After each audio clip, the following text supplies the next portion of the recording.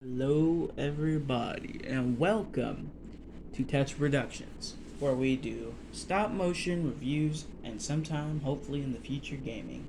Today we have the Marvel Legends in Spider-Man Into the Spiderverse, Peter B. Parker. This is just at Target. Really nice figure for my collection because I already have the Miles. I didn't do a review on him, but as you can see, I already opened him. He's chilling. So we can get into paint in detail. Alright, now that we have the figure in hand, let's get a look at the just paint. Paint apps are really good on this guy.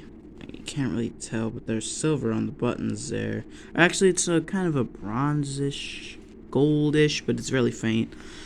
Got the paint on the eyes. They did like some kind of image capturing thing. I forgot what it's called, but yeah, they printed it like on the eyes, so it looks really good. He has a bit of stubble there. It's painting, really good painting.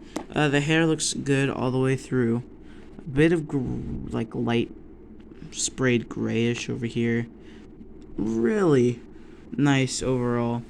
Aside from the colored, buttons and stuff, this is just a solid, like, olive green. Then we have plastic, I think the spider's painted on. That looks really good if I could focus on it. Yeah, inside the coat. Oh yeah, and the zipper is painted as well. We have just really nice design, good everything. Now we can get on to articulation. So, the tricky thing with this figure is that the coat is really it's a soft-ish plastic, but it's kind of hard as well. So, you really want to be careful because sometimes he'll get like crooked under the jacket, and then you'll have him kind of like this under it, and it doesn't look good if you're trying to do like stop motions or display them. And it's really hard to just work around it and grab it from certain angles. You gotta twist it because of the jacket. I love the look of the jacket. It just really hinders the articulation. And see, look, I still couldn't even get him straight. He's still crooked. So I'm gonna take off the jacket off camera, and then I'll let you guys see what the articulation is like in the torso and the lower, waist area. Okay, here we are with the jacket off. Now that we can really see what the articulation can do. It looks pretty good. Back's a little long, but because they didn't really shove it into the pants, because it would be hidden by the coat here, so you wouldn't really be able to see it. They also didn't paint anything on the back, the extra blue. They didn't paint the spider, because you can take the jacket off, but nobody's really going to take the jacket off and display it like this because of the arms. So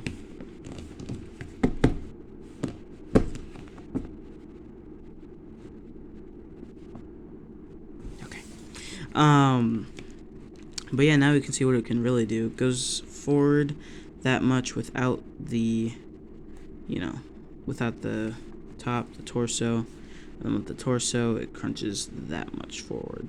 So it's really good. You can bend it back about this much. A lot more than you can get forward, which is interesting. Then combined with this, you get all the way back. And then, forward, not so much. Probably because for the design and the way that they portrayed him in the movie, he has this gut. It's protruding. So, also the way they have him in the costume, like the mold, they always have him hunch back-ish. So, it really just looks weird to have him standing up straight. I'll adjust the camera. He's actually even though he's regular 6-inch scale, he's really kind of tall, so it's hard to keep him in frame for the camera. But yeah, I think I'm going to do the rest of the articulation and scale like this, with just the coat off. Well, not the scale. I'll keep the thing on for scale. But it's late. I might need to do scale. Okay. But yeah, it takes a second. It takes a little bit of work. But yes, it does get the 360. Up, down, up, down. Thigh. Oh, wait, no, I didn't even get to the arms. Arms without the coat go all the way up this high. There's a bicep swivel, double jointed elbow, which is kind of hard to get, but once you get it, it gets a really good amount of range. There's a hinge at the hand and a swivel, and it's practically the same for the other one. Yeah, it's identical. So, but different molding on the arms, so it doesn't look all that similar. Whew. No painting because there aren't any. I mean, yeah, this is all molded plastic. And then for the legs, we go down, come out. If just standing straight up, they come out that much. But if you lean back, he does all kinds of kicking motion because he's Spider-Man. Got to do the kicking motions. And then once you come out, there's a thigh cut. Goes all the way around, no hindering the movement. Then there's double jointed knee, kind of hard, but yeah, it gets up around that much. Bring it forward, and then if you wanted to do like one of these swinging things, you can always just position it. Maybe have him holding some, I don't know, like whoosh, yeah, Spider-Man style. But yeah. Now that we get down to the ankles, or really around here, there's a boot cut, or shin cut, in this case. But yeah, there's a shin cut, boot cut, whatever you want to call it.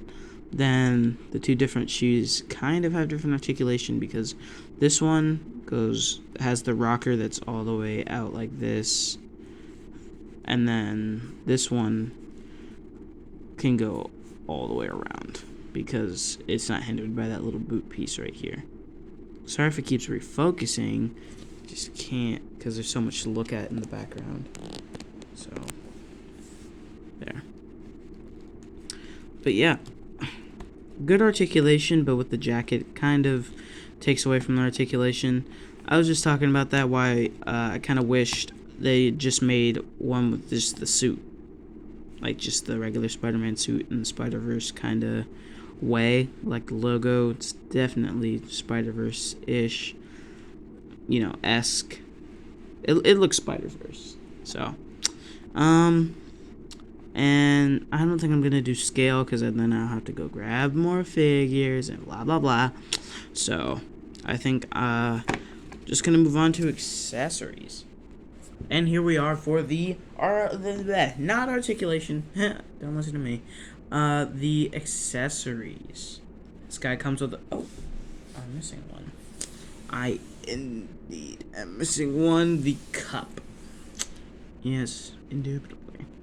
Now we have all the accessories. So let's go into the hands, shall we? And here we have the normal hands. One just relaxed hand, and the other cup gripping hand for his cup, because Peter likes his soda. And here we have some Spider-Man, suited up fists. No, the web lines are sculpted in, so they look pretty good.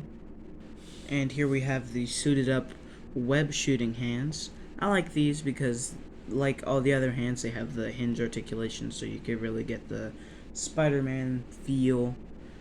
Because how he cocks his wrist like forward, yeah, and it shoots out from the web shooter.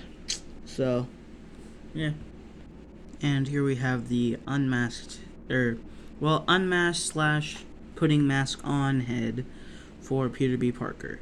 I wish they included the just fully masked head instead of this, because we don't really get much, because it would have been fully clothed except for his ankles and stuff. So, but yeah, it's a good head. He looks pretty serious. I like the painting on the mask for the eyes. Really clean looking head. Just wish they had done something different with it. And next we have the soda cup. Really nice accessory. I think it's pretty cool. You can get them drinking and stuff. For stop motion, maybe you could use it. Ooh, excuse me, for other figures, but standard soda cup from that one restaurant in the movie. And I really like that it's pretty accurate being true to the movie. So I think it's pretty cool. And last but not least, we have the Stiltman Build-A-Figure head. I don't know how worth it the Stiltman Build-A-Figure is. His legs don't really articulate, but that's a big negative for me. I'm really excited to finish the Disney Plus Build-A-Figure wave and maybe the Venom Pool wave, but yeah, this I like Stiltman. He's cool, but I don't know. Just don't know if his Build-A-Figure is worth it because of the legs, but we'll see. But yeah, this has been my review of the Spider-Man Into the Spider-Verse Marvel Legends Peter B. Parker. Hopefully sometime in the future they release a like just fully suited, like you know, under the suit there. Maybe more people will buy into that, but yeah, thanks for watching. I'll see you guys next time.